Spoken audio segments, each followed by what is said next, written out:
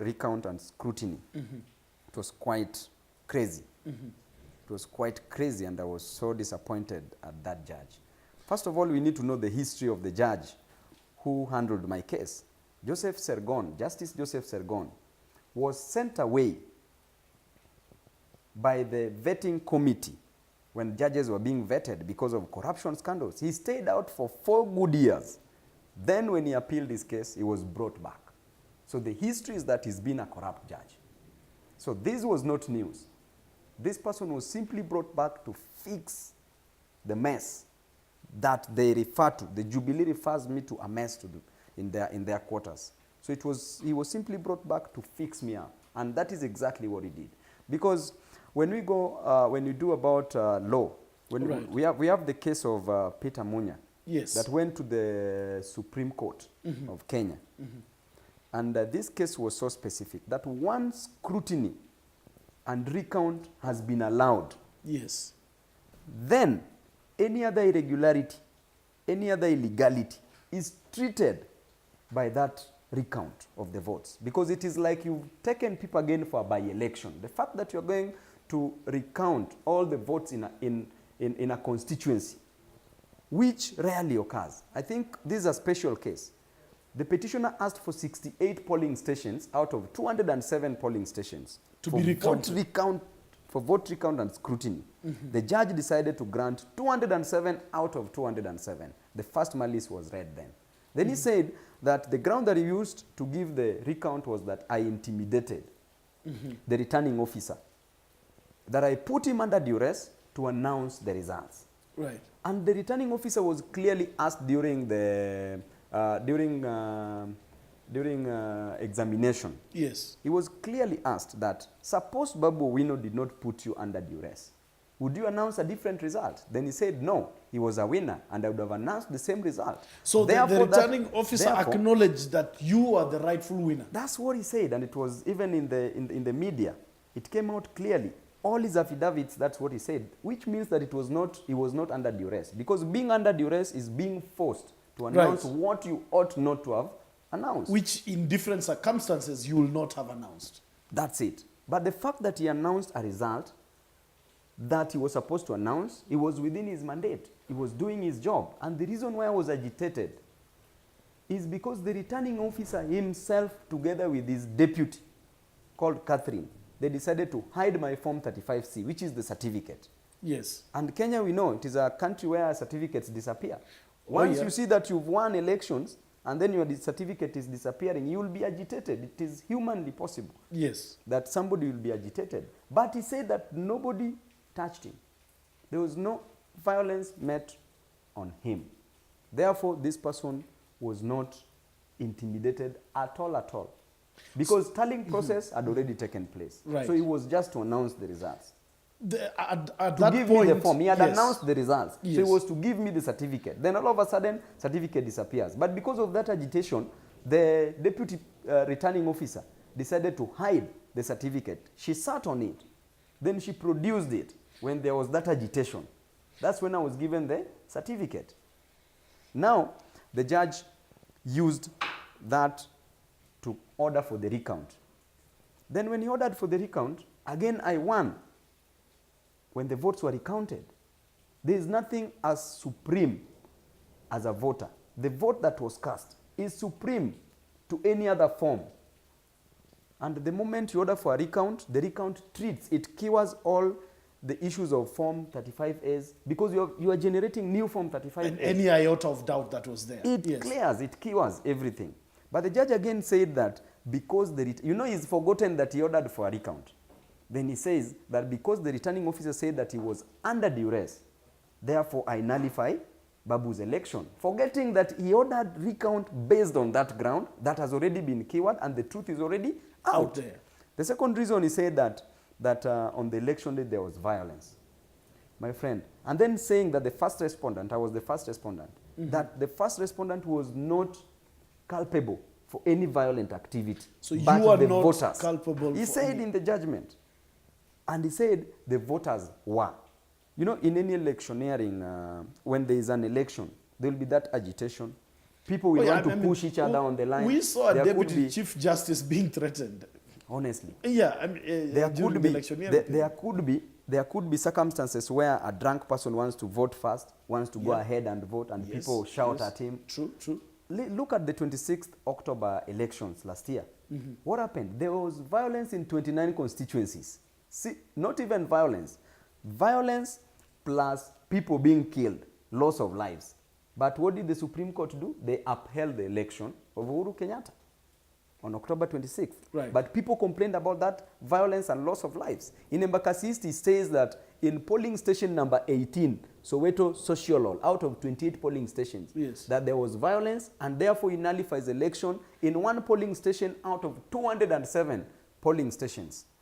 Then, this violence, if there was violence, that is, was not caused by me. It affected all the candidates. Yes, yes. If it affected all the candidates in one polling station, then the result could have not been changed. Yeah, it doesn't form the critical mass to It does affect not at all. the result entirely. Look at what happened to Msando. A senior member of IEBC was killed, Brutally. brutally killed. You know, election is a process. Yes. Now, if this person was killed during an electioneering period, why wasn't Uhuru's election nullified on that ground? It wasn't. But that was a senior Yeah, IEBC official Actually, who was at the heart of all these things when it Yes. comes to ICT matters Yes. and the servers. So by the end of the day, I knew all these were witch hunt. And whatever that judge did, history will judge him so harshly. I know, apart from the corrupt scandal that he was found with, this is another one that is hanging on his head. And he's going to, I hear that he wants to be an appellate judge. I'm going to follow him wherever he will go. When his interview is called, I will come with Embakasi supporters. We will follow him wherever he'll go. We will tell him, my friend, you are not fit to hold office in this nation. And if I were him by now, I would have resigned. And it's quite a shame for such a person to make such decisions. And what I would tell the judiciary, my brother, CJ Maraga should take hold of the judiciary. Let the judiciary not be used, misused, and abused by the executive. Because the executive are the judges. The executive are the magistrates. They are the people who are doing everything on behalf of the judiciary. And the judiciary is quiet about it. well, we'll revisit that in a short while. If you're just joining us, this is Opinion 2018. We are hosting Embakasi East Member of Parliament, Babu Owino. Let me just go through some of the hundreds of comments coming through here. Bilal, you're saying in Kenya, everything is fake. Starting from the president to the doctors, nurses, teachers, fake surgeries. Trust any of them at your own risk. Wow. There's some messages I cannot read here. There's some message here there's a guy who made a comment here called Kimani, and he's really on the receiving end. Well, thank you, Kimani, for watching. Tibim, despots watajua hawajui. It's just a matter of time. So, I mean, the question that is coming out, you are a young man by all standards, and you are a leader of national presence and stature. Something happened to another youthful leader in Nandi Hills. There appears to be a choreographed scheme to make sure that particular young leaders don't go beyond their current levels. Could you be a victim of perhaps your future potential? I think, Baggy, that is a very good question, and the answer is yes. Because Jubilee wants to kill young leaders from both ends. From Jubilee side, they are destroying Bowen, they are destroying Keter. From the NASA side, they are also destroying young leaders. An example is me. But I tell them that it is God who knows the destiny of everyone. It is God who knows who will be what in future. It is God who promotes leaders and who demotes leaders.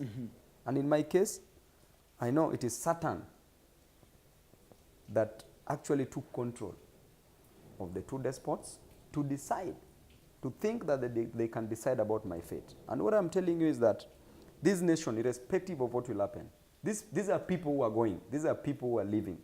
In the next 5 years, these people will be gone. Babu Owino will remain. Babu Owino still has so many years to play politics, to serve people in this nation. If at 30 years, I can push them to a corner, what can happen in the next 20 years? What will I be able to do? And I'm telling them that Mimi, as Babu Owino, I should fight with their sons, with their children. Those are my age mates that we should politically wrestle with. Well, I mean, I don't know much about their children, though. Well, I don't want to appear to be getting personal, but we know, perhaps we have a glimpse of your journey through Sonu to where you are. There isn't much about some people's children, and I think sometimes I try to scratch and I can't find anything apart from their surnames that I can put to them. Could that be the reason that somebody wants Babu Owino out of the way early enough? You see, actually, yes, Baggy. You know, as Babu Owino, I'm a person who's really struggled in life. I'm a person who has gone through a lot to try to make it in life. I'm a family person, a husband, and a loving father. And whatever the Jubilee government is trying to do is completely out of question, because your critic should not be destroyed. Receive them objectively. As Babu Owino, did they expect me to sing their song? No. But the level that they are in, maybe they are preparing their people to inherit their positions. And that is why they are scared that as we are seeing this young man one day, maybe he's going to be somewhere. And as I always told people, and I still say it, you know, people are always scared of saying your ambitions for fear of being destroyed by the people who are there already. Mm-hmm. But me as Babu Owino, I said clearly that 2017 to 2022, I'm the MP for Embakasi East constituency. Right. 2022 to 2027, I will be the governor of Nairobi. Say that again, Babu. 2022 to 2027. Right. I will not vie, not about vying, because everybody can vie. Anybody can vie. I will be the governor of Nairobi. Of Nairobi County. Then 2027 to 2037. Yes. I will be His Excellency, Rais Babu Owino. And I always say, zoea rais wako mapema. Ili ukuje uingie State House. Oh, very well. Babu Owino. Yes. Let me just get to the comments that are rushing in now that you've mentioned that. Beatrice, you're saying, I have two cousins who are your voters.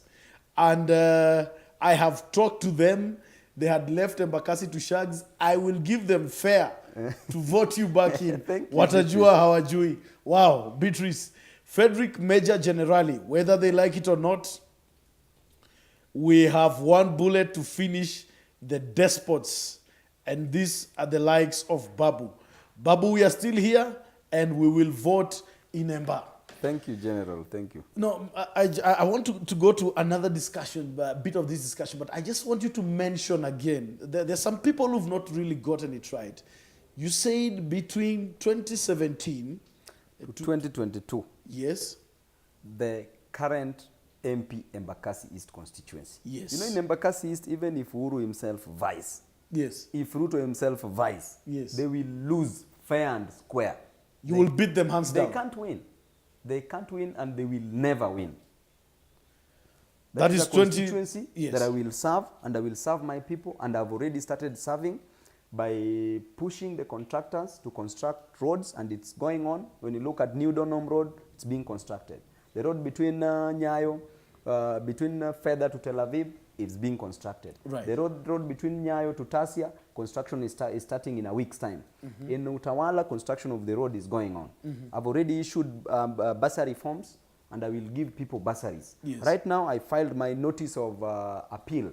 And once you file a notice of appeal, it automatically acts as stay. So whatever happens, I will go to the Court of Appeal. After that, to the Supreme Court. Yes. We will go full force. We will have to utilize all the dispute mechanism resolutions by using the court system, because when there's an injustice in the lower court, the high court, there's an opportunity for you to correct it at the Court of Appeal. After that, you proceed to the Supreme Court. So within that period, I'll still be serving as a member of parliament because there's an automatic stay. So once I stay, I will serve my people. I will give people bursaries. I will ensure that I serve my people diligently. As per what is required of me. Yes. Should I go for a by-election, I'm sure of winning yesterday. So Muriithi is not a threat. He is not a threat. He's never been a threat. Let me tell you, in Embakasi East is the only constituency where there was serious, tough campaigns because Ruto came in Embakasi East to campaign for Muriithi 3 times. Uhuru Kenyatta came to campaign for Muriithi 2 times. Muriithi himself campaigned and slept in Embakasi East constituency. But he was never elected because he's unelectable. He can't be elected. He's not a person who has a vision to serve the people of Embakasi East constituency. Right now, he's a face in all these things. Him is like a puppet being manipulated. We know very well the history of Embakasi East. There's a lot of lands there without the title deeds. That's why I joined the lands committee in parliament so that I can work for my people and ensure that my people get title deeds. But you know what happens with land? You know who has high affinity for land in this nation? Well, that is what they want in Embakasi East constituency. No, Babu, I may not be in a position to know, but when it is said, there are some people that have a bit of a higher appetite than others. Seriously? When it comes to land. Where will the people of Embakasi East go stay once their land is taken away? So you're saying Muriithi is acting on behalf of other persons? He's just a face in all these things.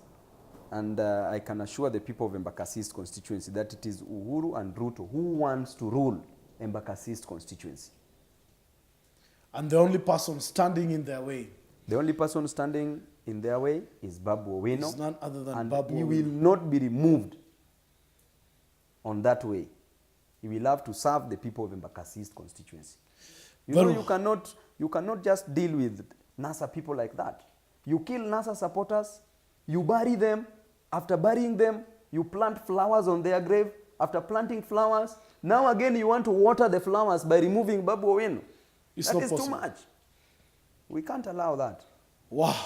Embakasi's Member of Parliament, if you're just joining us, Babu Owino, and what an interview it is. Let me go through some of your comments. There's a question that is coming through about ODM members of Parliament. I'm just trying to scroll and get it once again. I didn't get it very clearly.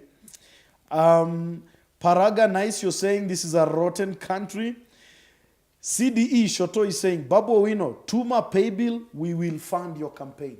Thank you. In fact, I want to work on the issue of the pay bill because it's really, financially it is finishing. It can destroy somebody. It can destroy somebody. I need to pay my lawyers. Yes. And I need also to prepare, just in case there's a by-election, I need also to prepare for that by-election. So, and I will require the support of NASA supporters who believe in NASA ideology so that we don't lose this seat, and I believe we will never lose this seat. Mheshimiwa, we had some persons from UK. We're hoping to join them on Skype, and I hope we can do so shortly. There's a lot of concern from the diaspora.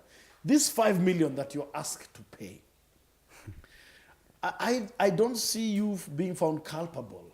How did that go? You see, suppose the way they are claiming that IBC made a mistake for conducting elections, why would I pay on somebody's mistakes if there were mistakes, that is, and there were no mistakes? Why would I be told to pay 5 million?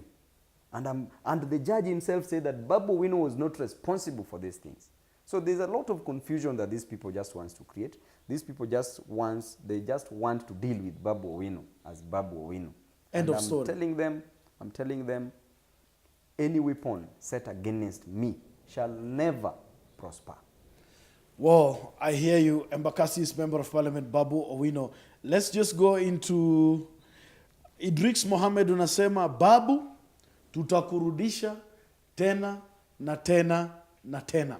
Inshallah, Mohamed.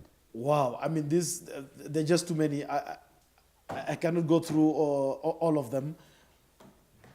Let's get into another bit of what is happening in Kenya today. This political persecution. Jimmy Wanjigi, in a very unfortunate incident last week, flying squad officers, in their tents with guns along the highway, just to deliver a sermon. And now today, They're saying that his father needs to go to the Nyeri court because a licensed firearm to his father was found in his son's house in his presence.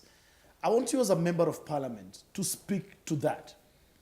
I think, Baggy, this nation is being ruled by cartoons because it's about comedy, it's about drama. The other time they were saying it's Jimmy Wanjigi was responsible. Today they are saying it is Jimmy's father.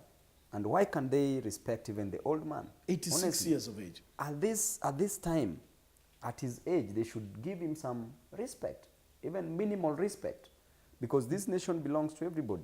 And these people should always remember that these positions of power, they are constant. But the people in them keep on changing. At one particular time, these people will also be dealt with circumphoniously Yes. and ruthlessly because of the way they are dealing with people. And about Jimmy Wanjigi, you know, he's been completely fighting the despots. Right. And it is in the public domain because he does not entertain nonsense. He does not entertain mediocrity. Yes. He does not entertain corruption in the nation. Yes. That's why he stood his ground to fight against that vice. But what do we see in return? There must be consequences. But I have to tell my brother, Jimmy is now being revisited. now he's being revisited the way they say. But I have to tell my brother that all these things that he's going through, that I'm going through as Babu Owino, that Ketere is going through, all these things are called occupational hazards. Within a matter of time, the way he said, a revolution will come. These people will be swept away by the wheels of revolution. Because of what is happening, we will never relent. We will fight to the bitter end. And the same government that gave Jimmy the guns, don't you think that they gave them the guns together with the licenses? Right. They did so. For you to be given a gun in this nation, for you to buy a gun in this nation, you must first of all be given a license by the police. There's due process to it. There's yeah. due process to it. So you cannot say that the person was not licensed. So honestly speaking, the government is wasting a lot of resources, fighting very innocent Kenyan citizens, fighting Kenyan citizens who want other Kenyan citizens to prosper, who wants to fight for the oppressed in this nation. Instead of wasting that time fighting for the people who are fighting for the oppressed, they should use that time to fight for insecurity in this nation. Al-Shabaab is disturbing this nation. There is too much hunger in this nation. That resources, we should use it to give university students to increase their loans.